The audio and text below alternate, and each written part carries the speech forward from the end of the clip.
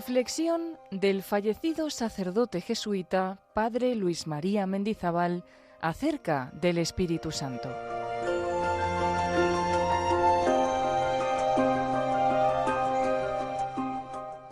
El Espíritu Santo, Espíritu de Cristo.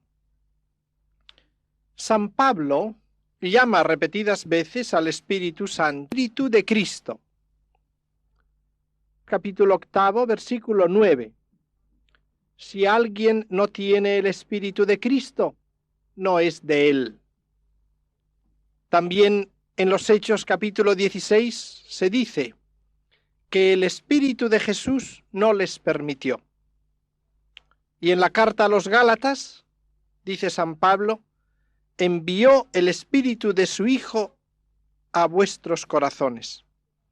Es pues una designación Espíritu de Cristo, Espíritu del Hijo, Espíritu de Jesús. ¿Por qué se llama así? Podríamos indicar tres razones. Primera, porque el Espíritu Santo forma el corazón de Cristo. Porque Cristo comunica su Espíritu. Parecería una paradoja comparándola con la anterior, pero es la realidad. Y tercero, porque la acción del Espíritu va a glorificar plenamente a Cristo. Vamos a tratar de exponer ahora el primer aspecto, a saber, el Espíritu Santo forma el corazón de Cristo, guía el corazón de Cristo. En las letanías aprobadas por la Iglesia del Corazón de Jesús, leemos esta invocación: Corazón de Jesús, formado por el Espíritu Santo en el seno de María Virgen. Esta invocación la recoge también la encíclica Aurietis Aquas de Pío XII, añadiendo que por eso precisamente el cuerpo de Jesús tiene una sensibilidad perfectísima. Esta afirmación tiene un fundamento bíblico en las palabras del ángel a María: el Espíritu Santo vendrá sobre ti, la fuerza del Altísimo te cubrirá con su sombra, por eso lo que nacerá de ti será santo, Hijo de Dios. Los motivos por los cuales se atribuye al Espíritu Santo la encarnación del Verbo son fundamentalmente porque es obra excelente del poder de Dios y al mismo tiempo el engendrado es santo. Ahora bien, esos dos aspectos, potencia y santidad, se apropian al Espíritu Santo. Cuando hablamos de apropiación, no queremos decir algo puramente arbitrario, ni mucho menos, sino que lo que llamamos apropiación suele denotar al menos una afinidad particular entre lo atribuido y lo que es propio de la persona. Por eso, la potencia y la santificación se atribuyen al Espíritu Santo. Ya en el siglo III, en el símbolo apostólico, se dice: se encarnó por obra del Espíritu Santo de María Virgen. Nos encontramos pues aquí en el origen mismo de la capacidad humana afectiva de Jesús, y ahí se halla el Espíritu.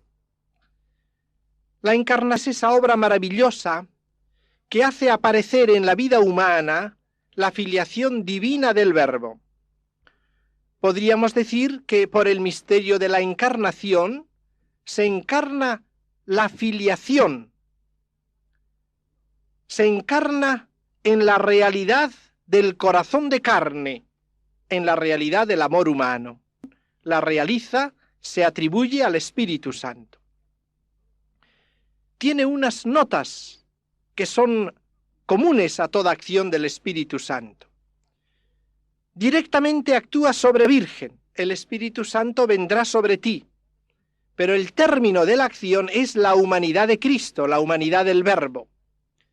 Y presenta estas tres notas características de la acción del Espíritu. Primero, es una intervención extraordinaria, es una concepción virginal.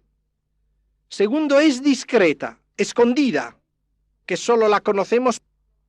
El Espíritu suele actuar lejos de toda aparatosidad vistosa. Y tercero, respeto a la libertad humana, como suele hacerlo siempre la acción del Espíritu, pidiendo colaboración humana, pero respetando la libertad del hombre. El aspecto que acabamos de recordar se refiere a la humanidad de Cristo y recalca ese aspecto carnal, la carne de Cristo. Aquí encontramos una paradoja impresionante que aparece en el Evangelio de San Juan. En Cristo no solo existe la santidad de la unión personal con el Verbo, sino que además tenemos la gracia santificante. Ahora bien, hablar de gracia santificante de Cristo es hablar del amor humano que está ahí en la gracia santificante. Quiere decirse con esto que ese amor humano de Cristo está relacionado en su origen con el Espíritu Santo. Hablar, pues, de la gracia creada en Cristo es hablar de la caridad, es hablar de su amor humano formado por la acción del Espíritu Santo que el Verbo mismo comunica a la naturaleza humana. Estamos ya en el campo de aquel amor infuso de Jesucristo, de que habla Laurietis Aquas y del que vamos a tratar ahora. Indicado ya este primer aspecto inicial, formado por obra del Espíritu Santo, al desarrollo de ese amor. Podemos decir, el Espíritu Santo sigue asistiendo, inspirando, moviendo ese amor. Y ese amor actuado y misericordioso de Jesús lo debemos también atribuir al Espíritu Santo. Isaías había anunciado que sobre el Mesías reposaría el Espíritu de Yahvé con sus dones. El Nuevo Testamento refiere el cumplimiento de esa profecía en la venida del Espíritu Santo sobre Jesús en el Jordán.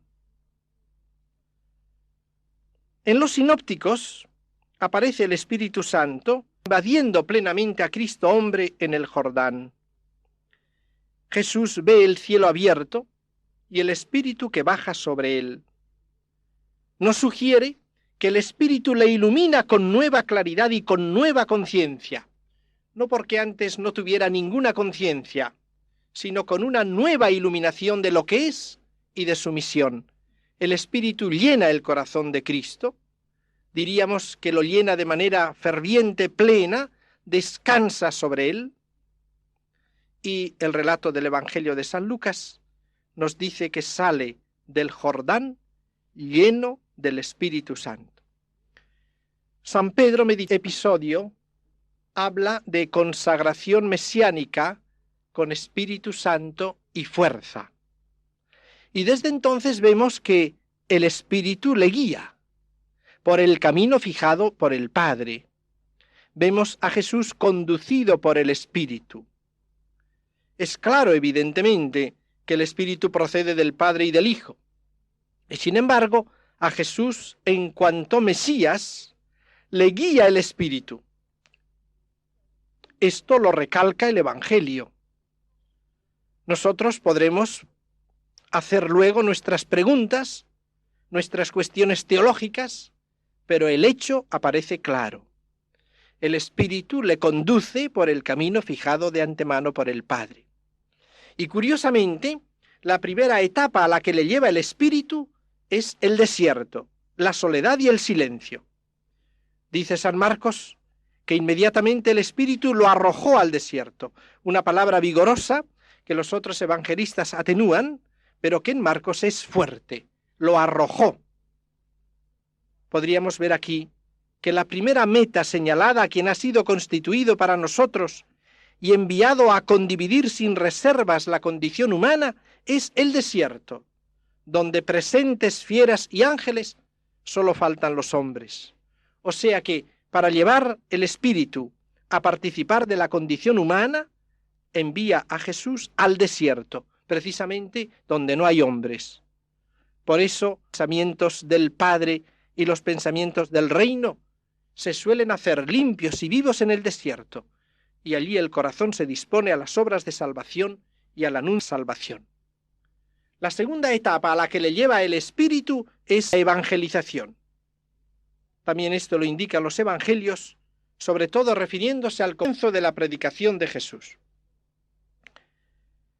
En la sinagoga de Nazaret nos refiere San Lucas que leyó la profecía de Isaías y que dijo Jesús que en él se había cumplido aquella profecía. El Espíritu del Señor está en mí, me ungió para evangelizar, me envió para predicar a los cautivos. Y San Mateo ve cumplida otra profecía de Isaías. He aquí a mi siervo, haré descansar mi espíritu sobre él, anunciará antes, no disputará ni gritará, nadie oirá su voz en las plazas. Aquí tenemos, pues, que la plenitud de Espíritu Santo le dispone a la acción de caridad activa, de amor activo, de amor misericordioso. Y así Jesús, en la fuerza del Espíritu, marcha a Galilea a comenzar allí su misión, siempre guiada por el Espíritu Santo.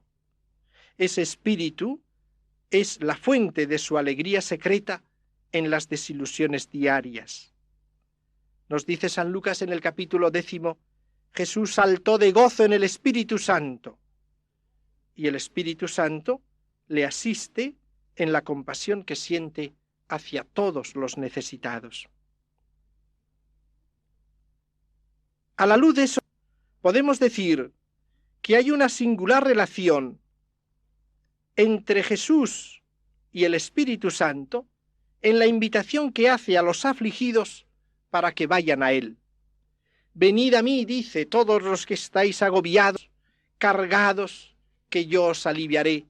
Tomad sobre vosotros mi yugo y aprended de mí, que soy manso y humilde de corazón, y hallaréis descanso para vuestras almas. Por el contexto se ve que aquí hay indudablemente una acción del Espíritu Santo. Él ha sido enviado para anunciar a los pobres, es movido por el Espíritu a ello, y en el corazón abierto que Él muestra, aprended de mí, manso y humilde de corazón, y hallaréis descanso para vuestras almas, acción de ese Espíritu. La mansedumbre y la humildad la forma el Espíritu en el corazón mismo de Cristo. Por otra parte, esa acción del Espíritu Santo, que da a Jesús el sentido de misericordia, de amor, que distingue al Nuevo Testamento, es la que se realizará también en el creyente. Y San Pablo insistirá en que es la presencia del Espíritu Santo, los frutos del Espíritu Santo, los que formarán el corazón cristiano, como participación débil y frágil de la riqueza del Espíritu de Cristo, de la presencia del Espíritu Santo. La misma acción del Espíritu Santo en Jesús aparece en la fuerza de sus palabras. Su obra, su existencia, sus palabras manifiestan con tal transparencia la presencia del Espíritu de Dios que Jesús llega a llamar blasfemia contra el Espíritu a la tergiversación maliciosa de lo que Él hace. Por lo tanto, en esa obra de Jesús, en esa palabra, se manifiesta el Espíritu. La acción del Espíritu en Él tiene un aspecto de vigor en la fuerza de sus acciones milagrosas, que son de nuevo otra manifestación del Espíritu en Él. Esas obras extraordinarias no son simple potencia, siempre son manifestación de compasión y de amor. La acción de Cristo, con la cual Él se manifiesta como Hijo de Dios, no es sólo la de hechos portentosos aislados, sino hechos portentosos de una omnipotencia, servicio del amor lleno de compasión. En todo esto, Jesús, bajo la acción del Espíritu Santo, no aparece nunca como estático o fanático. No es esa especie de carismas los que vemos en Jesús. El Espíritu no le lleva a unas posturas llamativas, chocantes. Incluso podemos decir que habla relativamente poco del Espíritu. no da grandes lecciones sobre lo que es el Espíritu Santo, sino que hace ver que recibe esa virtud del Espíritu Santo que le guía, y así es modelo de los que se dejan conducir por el Espíritu y por eso son hijos de Dios, en una vida exteriormente sumamente sencilla, con el sello indudable de lo divino, sin posturas extentóreas, sin fanatismos, sin actitudes estáticas. Tenemos pues ya cómo el Espíritu forma el corazón de Cristo, cómo le lleva primero al desierto, luego evangelización, con efusión de manifestación del Espíritu Santo. Pero llegamos con esto a la tercera meta a la que el Espíritu lleva a Cristo, que es a la oblación de la cruz, también en el Espíritu. El Espíritu le lleva, pues, al desierto, a la evangelización, a la cruz. En efecto, la oblación sacrificial de la cruz está vinculada al Espíritu Santo. Lo señala con toda probabilidad la carta a los Hebreos, cuando en el capítulo 9 nos dice que Cristo se ofreció a sí mismo inmaculado a Dios por el Espíritu eterno. Grandes exegetas, tanto antiguos como modernos, ven en ese Espíritu eterno una referencia al Espíritu Santo, en cuanto por amor al Padre y a los hombres se entrega Jesús en la cruz. La realidad de la acción del Espíritu Santo en la oblación cruenta de Cristo es el término último de su acción sobre Jesús en su vida temporal. Le lleva a la realización última de su misión, la de dar su vida, cumplir la orden que había recibido del Padre. Jesús cumple por amor la salvación y el Espíritu Santo le asiste con su caridad en el sacrificio del Calvario. Podríamos hacer una referencia ulterior que en cierta manera sobrepasa ya el límite de lo que hemos determinado tratar de ese Cristo sobre la tierra, pero en cierta manera no lo sobrepasa. Me refiero a la oblación eucarística, que también dice referencia al Espíritu Santo. Digo que en cierta manera no sobrepasa los límites de su vida sobre la tierra, puesto que nos encontramos con la Eucaristía en la última cena. Luego se perpetúa también después de su glorificación. San Juan Damasceno, reflejando una tradición sólida, propone un paralelismo entre la acción del Espíritu Santo en la concepción virginal de Jesús y la acción del Espíritu en la conversión eucarística. Dice, hablando en el Tratado de Ortodoxa, preguntas cómo el pan se hace cuerpo de Cristo y el vino y el agua sangre de Cristo.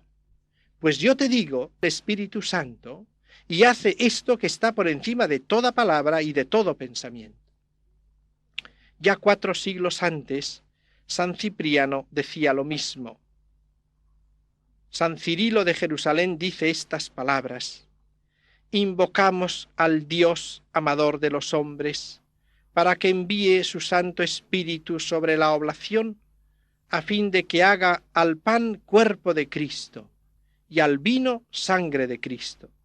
Y podríamos referir las famosas homilías catequéticas de Teodoro de Monsuesta. En toda esta serie de homilías catequísticas, explicaciones de fe ortodoxas, encontramos siempre esta referencia a la acción del Espíritu Santo, que podríamos decir que encuentra su última expresión, su último anillo precioso, en la plegaria eucarística cuarta de la Reforma Litúrgica del año 1970. Allí decimos: te rogamos, Señor, que este mismo Espíritu se digne santificar estas ofrendas para que se hagan cuerpo y sangre de Jesucristo nuestro Señor, y así celebremos el gran misterio que nos dejó como alianza eterna. Tenemos, pues, la acción del Espíritu Santo en Cristo. Él forma el corazón de Cristo en el seno de María. Ese amor humano de Cristo, infuso y humano de Cristo, se le da ese espíritu profetizado por Isaías, que viene sobre él, como lo presentan los sinópticos, lo prepara últimamente y plenamente a la misión de docilidad al mismo espíritu, que le lleva al desierto, a la evangelización, a la oblación de la cruz y perpetuación eucarística. Tenemos una gran visión de toda esta realidad del Espíritu Santo en relación con Jesucristo, que de esta manera puede llamarse de veras el Espíritu de Cristo. Podríamos añadir otro punto todavía, un texto que no está en el Evangelio mismo, pero que es misterioso y profundo. Lo encontramos en el capítulo 2 de los Hechos de los Apóstoles. En el discurso de Pedro, el día de Pentecostés, ante aquel hecho portentoso que todos observaban, les dice: Jesús, exaltado por el Padre, recibió la promesa del Padre, el Espíritu Santo prometido, que luego difundió sobre los hombres, que es lo que vosotros estáis viendo. Tenemos pues aquí un hecho misterioso. En esa expresión de San Pedro se hace referencia a que al ser exaltado Jesús a la diestra del Padre en la ascensión, recibe el Espíritu Santo, y que esa plenitud es la que Él derrama sobre la Iglesia en el momento de Pentecostés. Veamos pues, además de aquella invasión del Espíritu de Cristo en el bautismo en el Jordán, otra invasión misteriosa, diríamos también un Pentecostés intratrinitario, la humanidad de Cristo en su ascensión llegándose al Padre, en su proceso que podríamos llamar de divinización, recibe la plenitud del Espíritu Santo que le diviniza, que es el don del Padre a la humanidad esposa admitida a la vinculación nupcial definitiva y eterna dentro de la Trinidad. Y de ahí viene la efusión del Espíritu Santo sobre el mundo. Aquí hay pues una nueva invasión de comunicación a la humanidad de Cristo. Pero no es solo esto. Por todos estos títulos bien puede llamarse el Espíritu Santo Espíritu de Cristo. Con todo, además de todo ello, Jesús comunica a los hombres el Espíritu, y en este sentido de llamarse también Espíritu de Cristo. Por eso nos acercamos ya a la segunda parte. El corazón de Cristo nos da el Espíritu Santo. Y vamos a fijarnos para ello en el bautismo de Jesús, tal como lo cuenta el Evangelio de San Juan. San Juan, al describir ese hecho fundamental en su Evangelio, usa una terminología muy suya. Usa, con palabras diversas, el significado de ver, contemplar, penetrar. Comienza diciendo que Juan ve venir a Jesús. Ese es un percatarse con los sentidos corporales, a la manera como los hombres ven los acontecimientos terrestres. Añade que no le conocía, quiere decir que no le conocía en su carácter de Mesías. No es precisamente que no tuviese conocimiento de ninguna clase. Le ve pues venir, se percata con los sentidos humanos de que viene. Luego dice que el Espíritu descendiendo sobre él. Ahí el término griego empleado significa contemplar un hecho con fijeza. Y lo que ve es el Espíritu que desciende de paloma y termina con otra palabra, ver, en sentido distinto.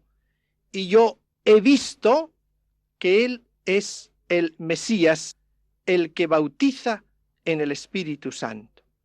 Este último término, yo he visto, significa el llegar a la convicción, penetrar en lo profundo, más allá de lo que ha visto sensiblemente.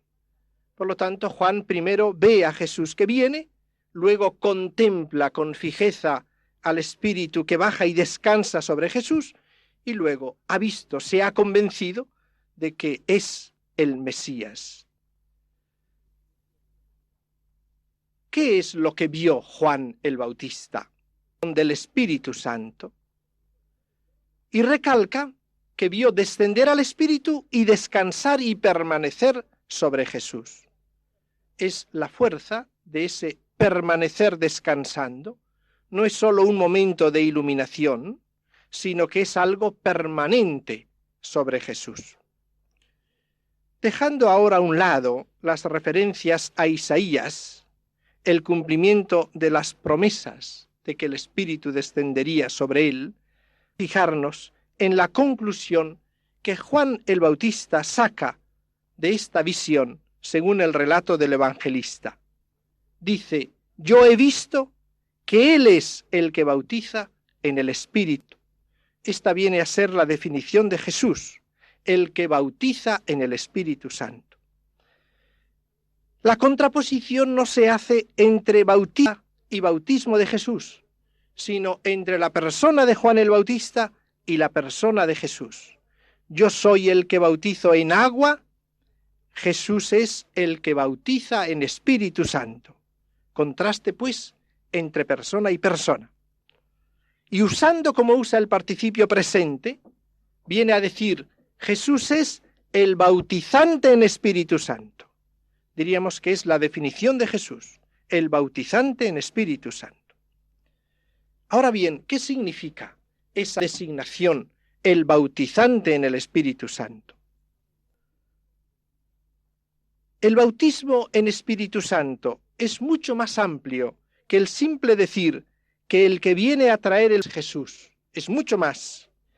Quiere decir que la obra de Jesús tomada en su conjunto es dar el Espíritu Santo.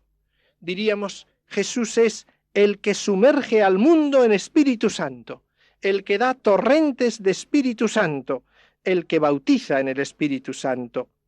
Dentro de todo ese bautismo, un elemento será el sacramento del bautismo. Sean los textos del Antiguo Testamento que anuncian la gran efusión escatológica del Espíritu de Dios sobre el pueblo. Se expresa en esos textos la visión del plan de Dios de prepararse al fin de los tiempos un pueblo santo, sometido a su ley, que le conozca, y esto por la comunicación de su Espíritu, por el bautismo en el Espíritu. Y así, por el hecho de la venida del Espíritu, percibida por Juan, y viendo cómo descansa el Espíritu en Jesús, se le designa a éste como el artífice de esa efusión escatológica de Espíritu. Él es el que la realiza. Aquí está la gran novedad del Nuevo Testamento. Atribuye a Jesús una acción que era considerada propia de Yahvé. Jesús es el que bautiza en Espíritu Santo. El significado aparece claro. Se manifiesta a Juan la mesianidad de Jesús, y esa mesianidad consiste precisamente en formar ese pueblo nuevo por la comunicación del Espíritu Santo. Jesús es el que bautiza en el Espíritu Santo.